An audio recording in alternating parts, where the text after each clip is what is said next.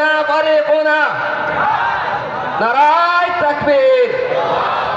মুহতারাম হাজিরিন, শুধু কমান্ডার ছিলেন, রাষ্ট্র পরিচালনার সময় তিনি উম্মতের জন্য সবচেয়ে আদর্শ রাষ্ট্রনায়ক ছিলেন এবং সবচেয়ে দক্ষ, অভিজ্ঞ, দূরদৃষ্টি সম্পন্ন রাজনৈতিক নেতাও ছিলেন। রাজনৈতিক নেতা, রাজনৈতিক নেতৃত্ব, এই কথাগুলো শুনলেই তো একদল মানুষের মাথা খারাপ হয়ে যায়। এগুলো হুজুররা বলে কেন? এগুলো হুজুররা বলে কেন? হুজুররা মাদ্রাসার শিক্ষক, ভালো কথা। হুজুররা মসজিদের ইমাম, আরো ভালো কথা। হুজুররা মিলাদ শরীফ পড়ায়, আরো ভালো কথা। হুজুররা খতম করে, এটাও ভালো কথা। হুজুররা দোকানে এসে দোয়া করে দেয়, উদ্বোধন করে দেয়, খতম করে দেয়, দোয়ারের দোকানে বরকত হয়, এটাও ভালো কথা। হুজুররা জানাজার নামাজ পড়ায়, ভালো কথা। আমার বাচ্চা হলে হুজুররা গিয়ে মুয়াজ্জিনের মতো আজান দেয়, সব তো ভালো কথা। মসজিদে ইমামতি করে মিম্বরে খুতবা দেয়, সব ভালো কথা।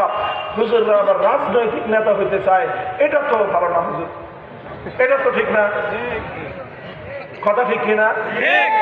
আমি আপনাদের একটা হাদিস শুনাই, বুখারী শরীফের হাদিস, মুসলিম শরীফের হাদিস।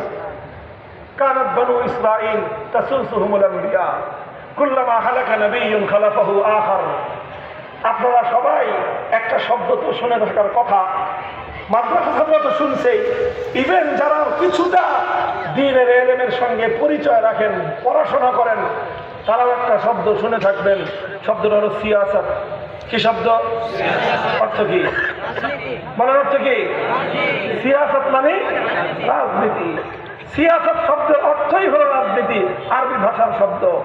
এই সিয়াসত শব্দ থেকেই বুখারীর হাদিস, কানাত বানু ইসরাঈল তাসুসুহুমুল আম্বিয়া মিনাস সিয়াসাতি তাসুসু মিনাস সিয়াসাহ। আল্লাহর নবী বলতেছেন, হাজার হাজার বছর পর্যন্ত এই পৃথিবীতে, দুনিয়াতে উম্মতের, মানব জাতির রাজনৈতিক নেতৃত্ব দিতেন আম্বিয়ায়ে কেরাম। আম্বিয়ায়ে কেরামকে যারা শুধু ধর্মীয় নেতা মনে করেন, মূর্খতার জগতে বসবাস করেন। ইসলামে রাজনৈতিক নেতৃত্ব ধর্মীয় নেতৃত্ব থেকে আলাদা করবার কোনো সুযোগ নাই। কানাত বানু ইসরাঈল তাসুসুহুমুল আম্বিয়া, আম্বিয়ায়ে কেরাম মসজিদে ইমামতি করতেন।